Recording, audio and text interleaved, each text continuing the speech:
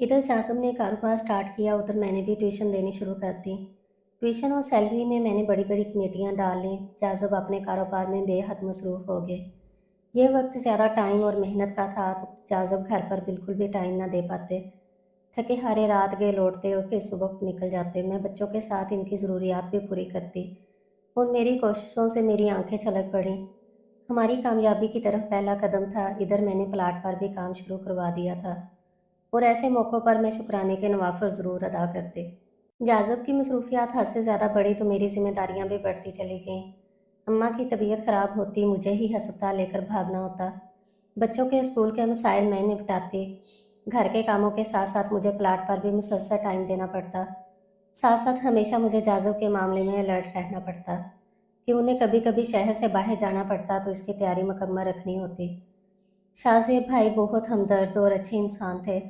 वो जाज़ब को इतनी ही अहमियत देते जैसे कि वो बराबर के पार्टनर हों। तभी जाज़ब भी नहायत मेहनत और जांफशानी से कारोबार अमूर निपटाते।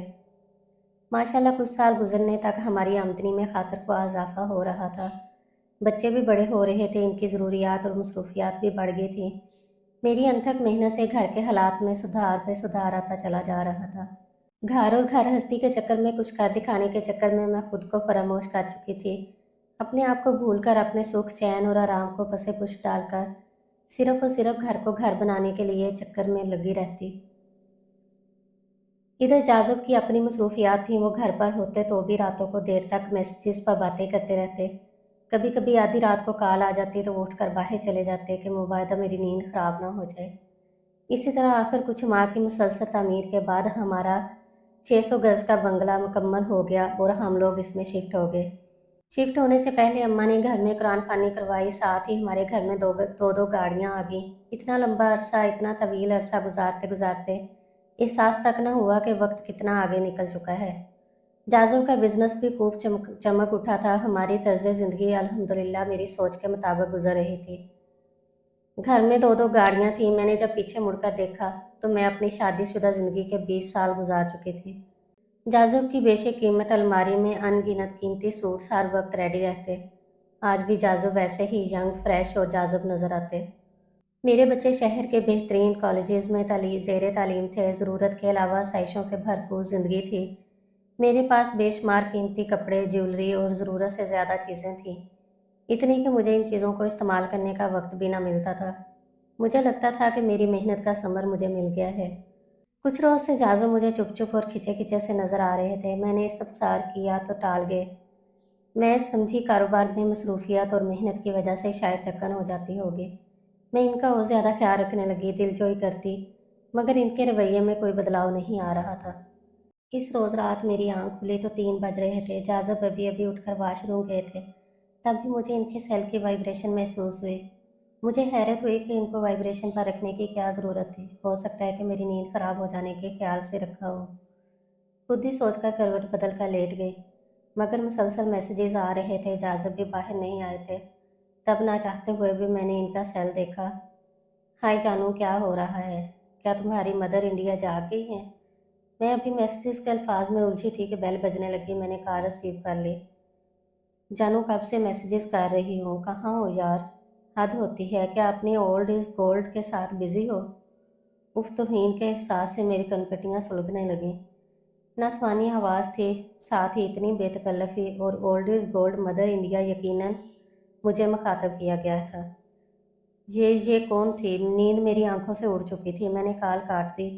समझ में नहीं आ रहा था कि मैं इस घटिया औरत को क्या जवाब दूँ, जो आधी रात को इस तरह फ़ोन कर रही है और मैसेजेस कर रही है।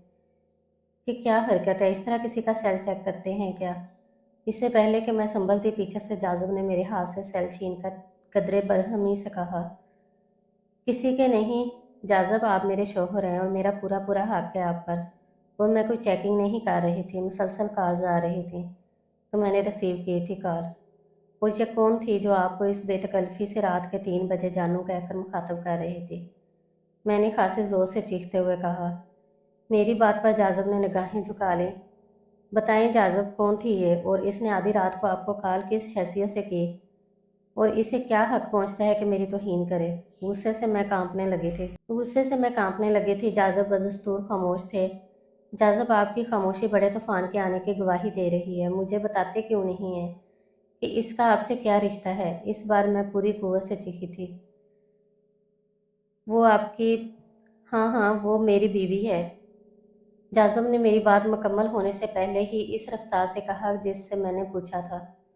मुझे लगा जैसे जाज़ब ने लफ्ज़ों का नश्तर सीधा मेरे दिल में उतार दिया हो। मेरी इस बातों में अल्फाज पिघले हुए शीशे की मानंद उतरे थे। मैं खुद पर काबू न रख पाई। ये जाज़ब ने क्या कहा था? मुझे लगा जैसे मैं ख्वाब देख रही हूँ, भयानक और डरावना ख्वाब। जाज़ब के अल्फाज ने मेरे अंदर दहकते हुए अंगारे भर दिए थे। मेरी हिम्मतें जवाब देने लगी थी। मैं उठी और जाज़ब को पकड़कर बुरी तरह झंझोड़ डाला। जाज़ब, जाज़ब, आपने ऐसा क्यों किया? क्या कमी थी मुझ में? क्यों ज़रूरत पेश आई आपको? ऐसी क्या मजबूरी थी कि मेरे होते हुए आपने दूसरी शादी कर ली? मैं हिज़यानी अंदाज में इसे झंझोड़ते हुए मुसलसल सवाल कर रही थी। हाँ, हाँ, मजबूरी ही थी मेरी, ज़रूरत थी मेरी, मुझे ऐसा करना पड़ा। जाज़ब के इत्मीनान ने मुझ में मज़ीद जलन भर दी थी। मैं आज जिस मकाम पर खड़ा हूँ, जिस पोजीशन का हामिल हूँ, इसके लिए मुझे मेरे शाना बशाना चलने वाली जाज़बे नज़र और मेरे साथ मैच करने वाली शरीक हयात की ज़रूरत थी, जो मेरे साथ मीटिंग और पार्टीज अटेंड कर सके। उस जाज़ब की बात पर मैंने सर थाम लिया। क्या मैं पढ़ी लिखी नहीं हूँ? क्या मैं तुम्हारे साथ नहीं चल सकती? गुज़श्ता 20 साल से मैंने ही आपका साथ दिया है। इस वक्त जब आपको मोरल सपोर्ट और फाइनेंशियल सपोर्ट की ज़रूरत थी, गुज़श्ता 20 साल में मैंने क्या कुछ नहीं किया। अपनी ख्वाहिशात को, अपनी नींद चैन को हराम करके पाई पाई जोड़ के आपको आज इस मकाम तक पहुँचाया। कितनी बार आप थक हार कर बैठ गए थे तो मैंने आपको हिम्मत और हौसला दिया, आपको सहारा दिया, अपनी नींदें हराम करके आपको सारी रात सुकून की नींद दी। इस घर के लिए, आपके लिए, बच्चों के लिए, अच्छे मुस्तकबिल के हसूल के लिए आईना देखने की फुर्सत नहीं मिली और इस मकाम तक पहुँचते पहुँचते मेहनत करते करते आज हम किस मकाम पर आ गए हैं। तो आपने आपने दूसरी शादी कर ली जाज़ब। क्यों किया ऐसा?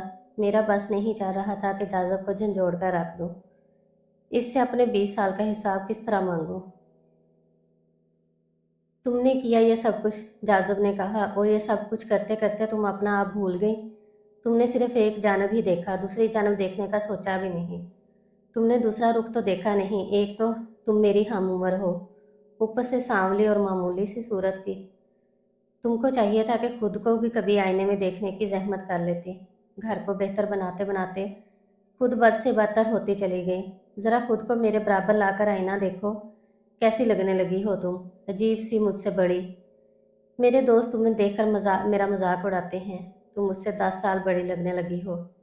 उनमें आज भी वैसा ही स्मार्ट नजर आता हूँ। अब मैं पार्टीज और फंक्शंस में तुम्हारे साथ जाकर खुद अपना मजाक नहीं बनवाना चाहता।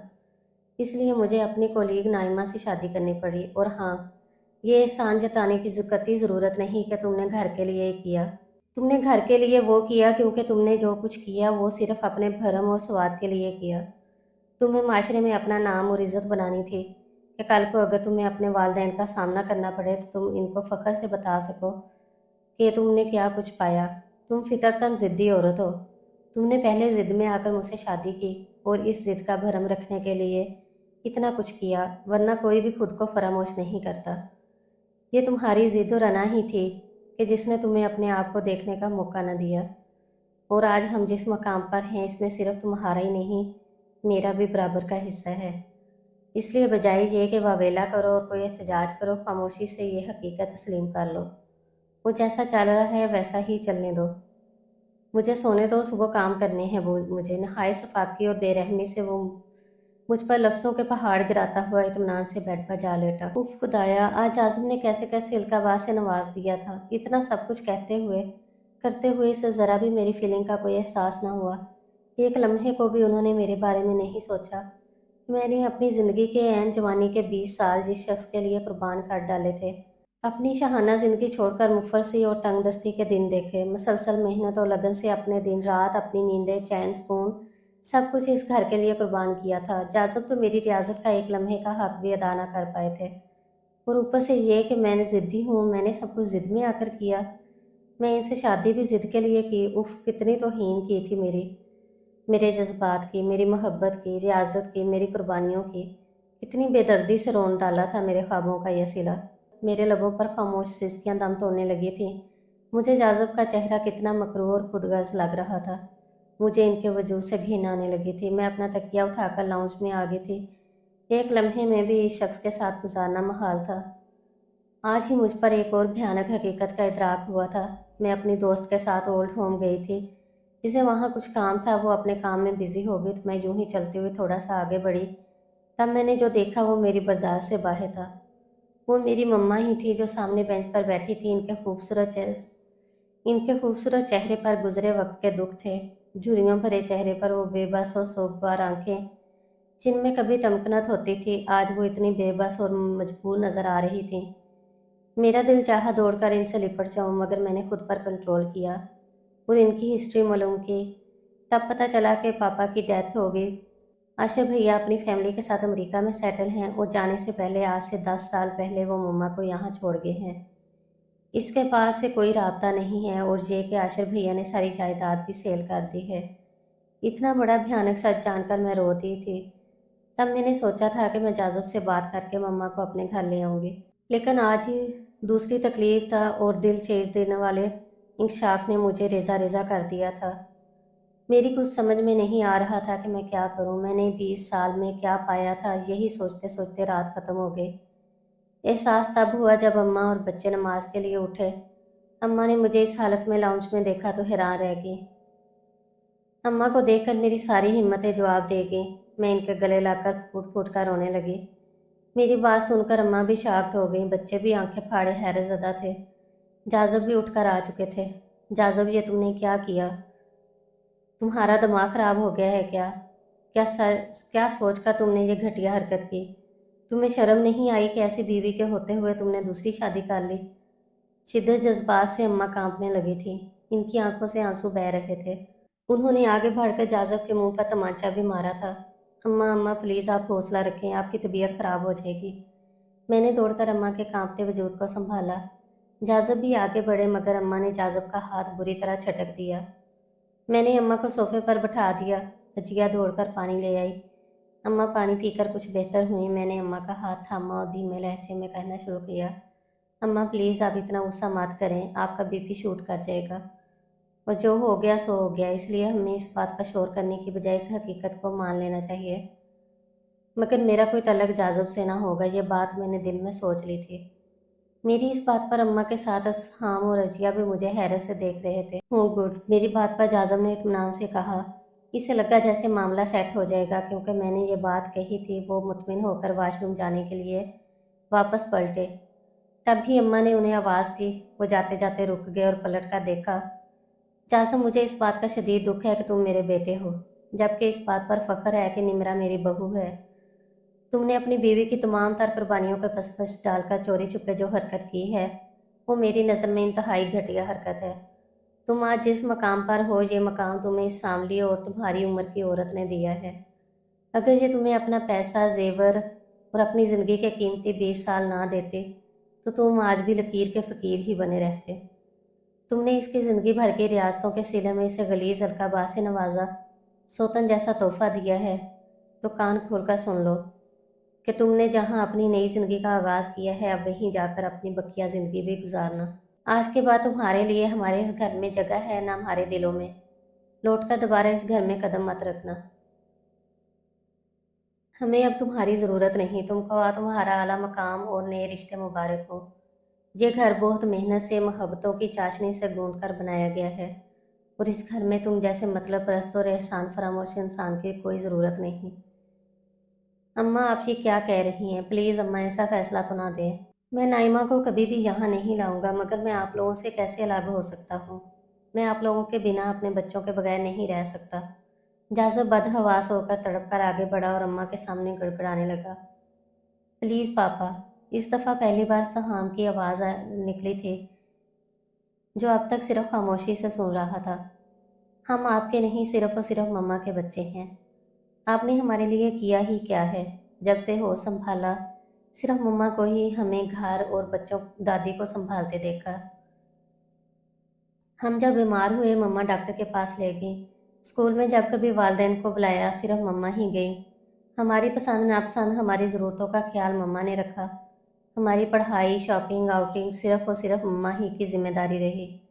मम्मा ने जिस तरह इस घर को बनाने में, आपको इस मकाम तक लाने में दिन रात मेहनत की, अपना भुलाकर सिर्फ हम सब की भलाई चाहिए। दादू की ज़रूरतों का ख्याल रखा, वो सब हमारे जहनों में महफूज है पापा। आप तो बिजनेस के सिलसिले में सब कुछ भूल गए। मम्मा ने घर की, बाहर की और हम सब की जिम्मेदारी बराबर से उठाई। कोई कमी, कोई कोताही ना की। जब आपने इनकी 20 साल रियासत का ख्याल ना किया तो हम क्या उम्मीद रखें कि हमारे लिए कुछ करेंगे आप? बेटा सहाम, ये क्या कह रहे हो? जाजब को सहाम से शायद ये उम्मीद बिल्कुल नहीं थी। तभी वो बेताबी से आगे बढ़े। पहले सहाम और फिर अजिया की जानब देखा। अजिया ने एक नज़र जाजब पर डाली, फिर सहाम का हाथ पकड़कर बिना कुछ कहे अपने कमरे की जानब बढ़ गए। जाजब ने जख्मी निगाहों से पहले मुझे, फिर अम्मा को देखा। हम दोनों के चेहरों पर चट्टानों की सी सख्ती थी। वो जान गए थे कि अब उन्हें हर सूरत यहाँ से जाना होगा, इसलिए ज़रूरी सामान लेने वो कमरे की जानब बढ़ गए। मैं बैठकर सोचने लगी, आज ही जाकर मम्मा को भी ले आऊंगी। मैंने गुज़श्ता 20 सालों में क्या खोया था, क्या पाया था? शायद इस सवाल का जवाब मेरे पास ना था। तब मुझे एहसास हुआ कि शायद मैंने थोड़ा खोकर बहुत कुछ पा लिया है। मेरे दाएं बाएं मेरे दोनों जवान बच्चे थे, और साथ ही सर पर दस्ते शफकत रखने वाली दो दो माँओं का हाथ भी। न जाने क्यों दो आंसू मेरी आंखों से निकलकर मेरे गालों पर बहने लगे। अगर कहानी अच्छी लगी है तो मेरे चैनल को लाइक करें और सब्सक्राइब करें, और बेल नोटिफिकेशन को ऑन कर दें ताकि आपको सुनने को मिलती रहे इस तरह की नई नई और दिलचस्प कहानियाँ।